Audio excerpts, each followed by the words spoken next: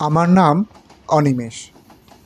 বুদ্ধি হবার আগেই সড়ক দুর্ঘটনায় বাবাকে হারিয়েছি। শহরে তিনি রিক্সা চালাতেন। বাবা চলে যাওয়ার 3 বছর পর প্রচণ্ড জ্বরে মাও আমাকে ছেড়ে চলে যান। আমার বয়স তখন 7 বছর। তখন থেকে আমি আমার খালার বাড়ি কলকাতাতে চলে আসি। সবেমাত্র পড়ালেখা শেষ করেছি। আমি যাচ্ছি আমার বাবার বাড়ি, আমার জন্মস্থান বলরামপুরে। এই গ্রামের স্কুলেই আমার জব হয়েছে। আমার সব বন্ধুরা বড় বড় কোম্পানিতে চাকরি পেয়েছে, কিন্তু আমার ছোটকাল থেকেই শখ ছিল এই স্কুলেরই শিক্ষক হব।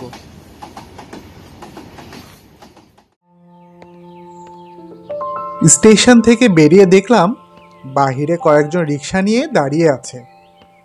আমি একজন রিক্সাওয়ালার সাথে ভাড়া মিটিয়ে রওনা হলাম আমার নিজের গ্রামের উদ্দেশ্যে।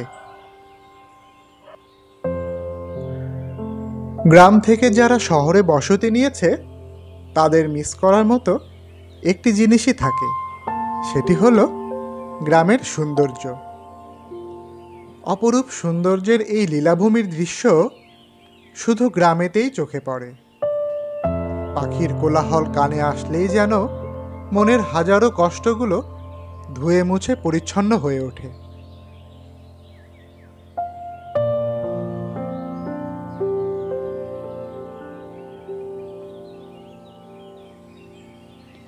প্রায় 15 মিনিট পর পৌঁছালাম আমাদের গ্রামের প্রাইমারি স্কুলটাতে।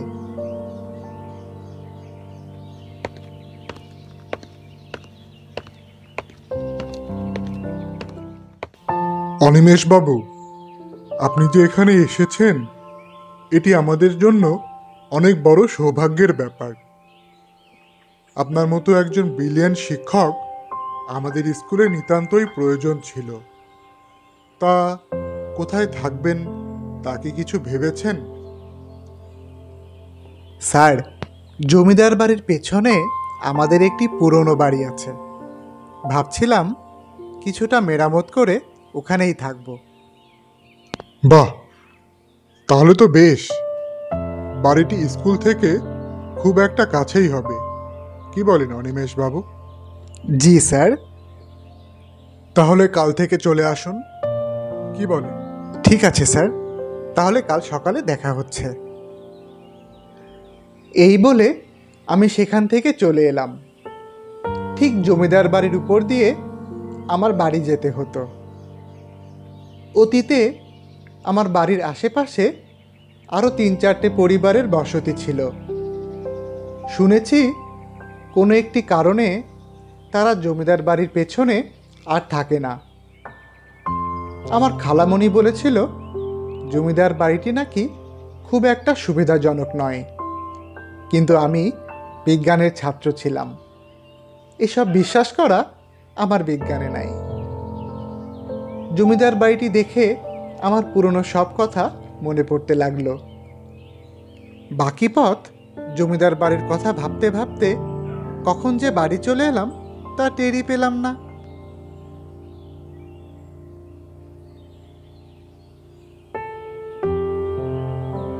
বাড়িটির অবস্থা দেখে মন বলছে এখনই বাড়িটি ভেঙে একটি নতুন বাড়ি নির্মাণ করি, কিন্তু সে পরিমাণ অর্থ আমার নাই। অন্তত 6 মাস আমাকে এভাবেই কাটিয়ে দিতে হবে। সেদিন আর দেরি না করে সাথে নিয়ে আসা খাবার খেয়ে শুয়ে পড়লাম। শরীরটি বেশ খারাপ ছিল, কিন্তু সন্ধে 6টা নাগাদ অদ্ভুত এক গন্ধে আমার ঘুম ভেঙে গেল। আমি ঠিক বোঝাতে পারবো না গন্ধটি কি পরিমাণ বিচ্ছিরি ছিল। মনে হয় ঠিক আগুনে মাংস পোড়ানোর গন্ধ। অনেকক্ষণ চেষ্টা করেও কিছুতেই আমার ঘুম আসছিল না।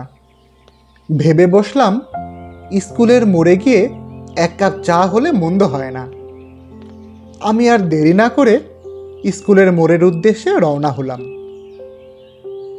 জমিদার বাড়ির সামনে আসতেই লক্ষ্য করলাম উপর থেকে একটা কান্নার আওয়াজ ভেসে আসছে।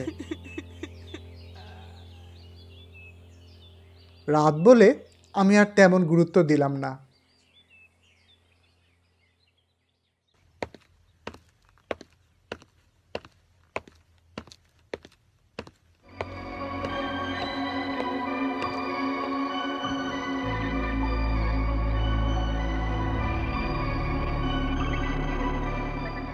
দাদা, এক কাপ চা দিন তো।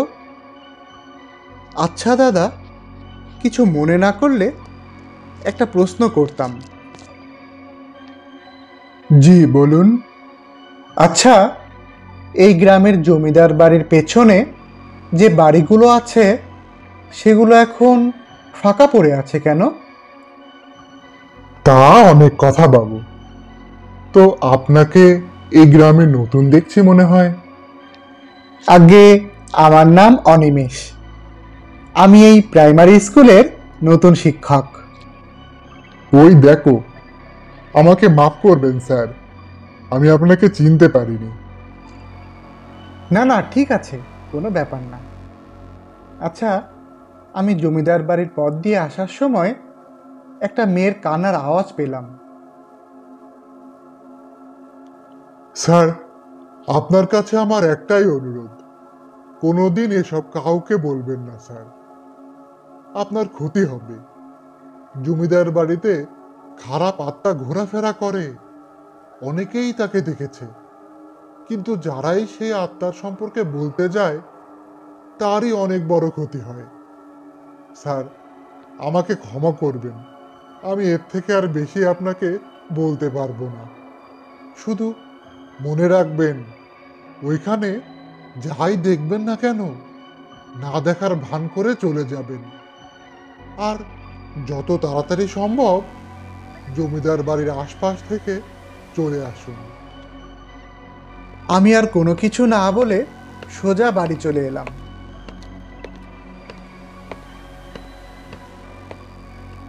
পথে আমার কোনো সমস্যার সম্মুখীন হতে হয়নি।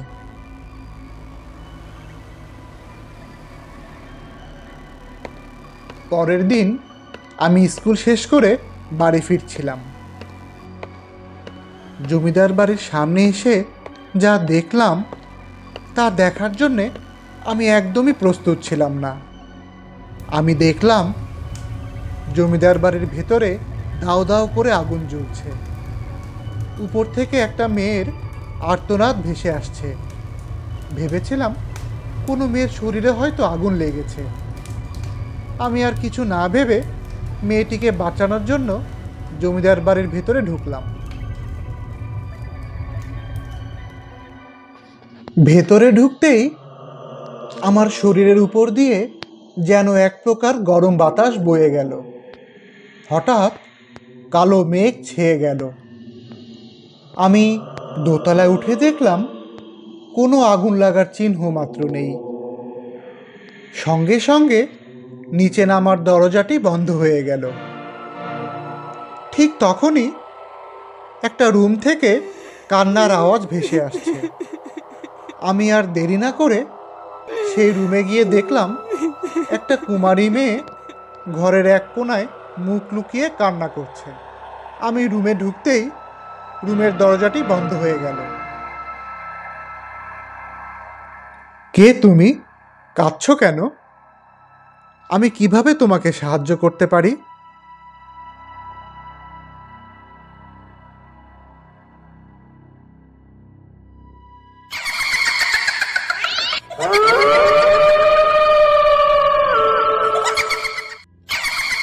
মেয়েটি যখনই আমার দিকে মুখ তুলে তাকালো, তার চেহারাটি দেখে আমার মনের মধ্যে যেন ঝড় বয়ে গেল।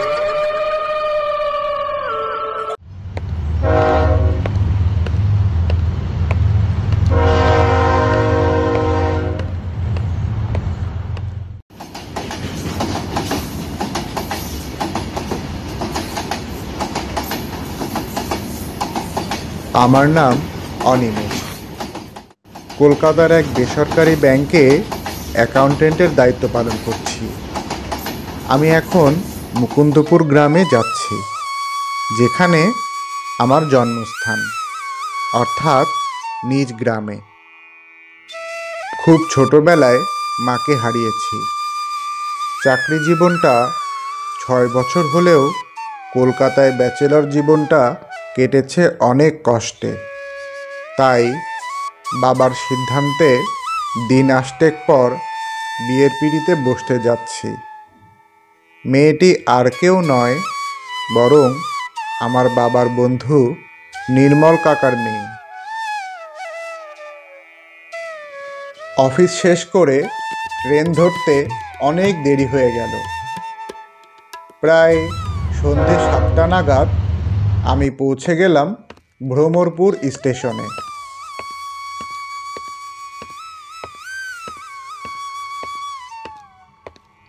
স্টেশন থেকে আমাদের বাড়ি রিকশায় করে 40 মিনিটের রাস্তা। তেঁতুলতলার মোড় ছাড়া এই সময় আর কোথাও রিকশা পাওয়া যাবে না। তাই আর দেরি না করে পায়ে হেঁটেই তেঁতুলতলার উদ্দেশ্যে রওনা হলাম। অনেক বছর আগে থেকেই আমাদের গ্রামের রাস্তাগুলোতে সন্ধ্যের পর তেমন কোনো মানুষের আনাগোনা দেখতে পাওয়া যায় না। এর প্রধান কারণ হলো এই গ্রামের অভিশপ্ত সেই রাস্তাটি। সেই রাস্তাটিকে ঘিরে অনেক রহস্য লুকিয়ে আছে। পথে যেতে সময় পেলে আপনাদের শোনাবো। প্রায় 10 মিনিট হাঁটার পর আমি পৌঁছে গেলাম তেঁতুলতলার মোড়ে। মোড়ে যেতেই চোখে পড়ল গণেশদার চার দোকানটি এখনও খোলা আছে। আপনাদের বলে রাখা ভালো, গণেশদার বাড়ি আমাদের গ্রামেই। তিনি গ্রামের একজন গণ্যমান্য কবিরাজ। শুনেছি বেশ কয়েকজন আত্মাকে তিনি পুষে রাখেন। তাই কখনো কখনো গভীর রাতেও বাড়ি ফেরেন। যাকগে, বেশিক্ষণ ট্রেনে থাকায় বড্ড মাথা ধরেছে। একটু চা হলে ভালোই হয়, কিন্তু আমার চারিপাশে একটিও রিকশা চোখে পড়ল না। আমি গেলাম গণেশদার চার দোকানে।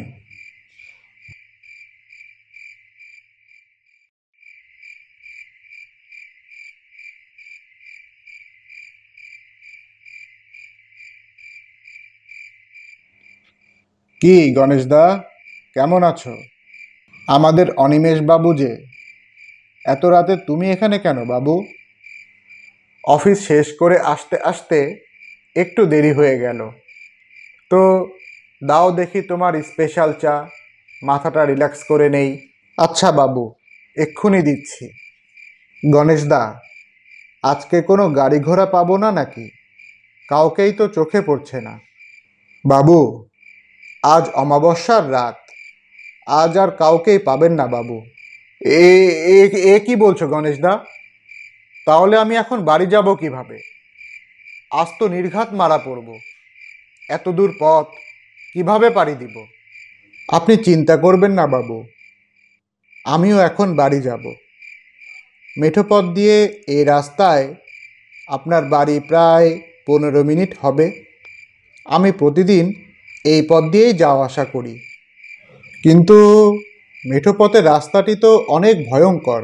বাবু, আমি থাকতে ভয় নেই, কেউ কিচ্ছু করতে পারবে না। ঠিক আছে, তাহলে দেরি না করে এক্ষুনি রওনা হই। বাবু, তুমি 2 মিনিট দাঁড়াও, আমার একটু প্রাকৃতিক ডাক এসেছে। আমি এক্ষুনি পেটটি হালকা করে আসছি। আচ্ছা ঠিক আছে, তুমি যাও, আমি এখানেই আছি। গণেশদা তার দোকান বন্ধ করে তার পেট হালকা করতে চলে গেল, আর আমি সেখানেই দাঁড়িয়ে রইলাম। গণেশদা সাথে যাবে বলে আমার একদমই ভয় করছে না। শুনেছি গ্রামের মেঠো পথের সেই অভিশপ্ত রাস্তা দিয়ে যে চলাচল করে 2 দিনের মধ্যে তার মৃত্যু হয়। মানুষের মুখে শোনা কথা, যুগ যুগ আগে নাকি অনেক মানুষকে জীবিত পুঁতে রাখা হয়েছিল। তখনই দেখলাম গণেশদা চলে এলো। কি ব্যাপার গণেশদা, এত জলদি চলে এলে যে? তোমার পেট কি হালকা হলো? হ্যাঁ, হয়েছে। চলুন তাহলে। তোমার গলায় আবার কি হলো গণেশদা? হঠাৎ এত ভারী ভারী লাগছে। ও কিছু না, চলুন। আমি আর গণেশদা মেঠো পথের সেই রাস্তাটি দিয়ে রওনা হলাম বাড়ির উদ্দেশ্যে।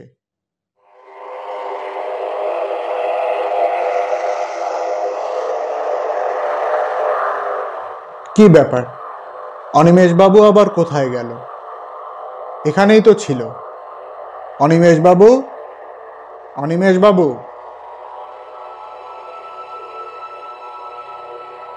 গণেশদা, তুমি কি বলতে পারো এই পথটি কেন এত অভিশপ্ত? আজ থেকে ৩৬ বছর পূর্বে গোপাল নামক এক ব্যক্তির ছোট ছেলে ভীষণ অসুস্থ হয়েছিল। তার চিকিৎসার জন্য অনেক টাকার প্রয়োজন ছিল, কিন্তু গোপালের কাছে পর্যাপ্ত টাকা ছিল না তার চিকিৎসা করানোর জন্য। সকলের কাছে টাকা চেয়েছিল, কিন্তু কেউ তাকে সাহায্য করতে এগিয়ে আসেনি। সকলে ১ পয়সা ২ পয়সা করে দিত। শেষমেশ জমিদার বাবুর বাড়ি, অর্থাৎ তোমার দাদার বাড়ি, ২টি গরু চুরি করতে গিয়ে ধরা পড়ে। সাজাস্বরূপ গোপাল ও তার স্ত্রীকে এই পথেই উলঙ্গ করে হাঁটানো হয়। এই অপমান অবমাননা সহ্য করতে না পেরে বাড়িতে আগুন লাগিয়ে তারা ৩ জনেই আত্মহত্যা করে। আর এই গ্রামের রীতি অনুসারে যারা আত্মহত্যা করে তাদেরকেও এই পথের বাঁশঝাড়ের নিচে পুঁতে রাখা হয় এবং তাদের আত্মা তখন থেকে এখন পর্যন্ত এখানেই অমর হয়ে থাকে। যদি কেউ তাদেরকে একবার দেখে ফেলে, সে আর বাঁচতে পারে না। আর এখন তুমিও মারা পড়বে। এই কথা শুনে অবাক হয়ে পিছনে তাকিয়ে যা দেখি, তা দেখার জন্য আমি একদমই প্রস্তুত ছিলাম না। পিছনে তাকিয়ে দেখলাম তারা ৩ জনই আমার চোখের সামনে দাঁড়িয়ে আছে। কি ভয়ঙ্কর চেহারা! দেখে যেন মনে হয় মুখগুলি আগুনে পুড়ে ছাই হয়ে গিয়েছে। ভয়ে আমার হাত পা কাঁপছিল। আমি আর নিজেকে কন্ট্রোল করতে না পেরে সেখানেই অজ্ঞান হয়ে পড়ে যাই।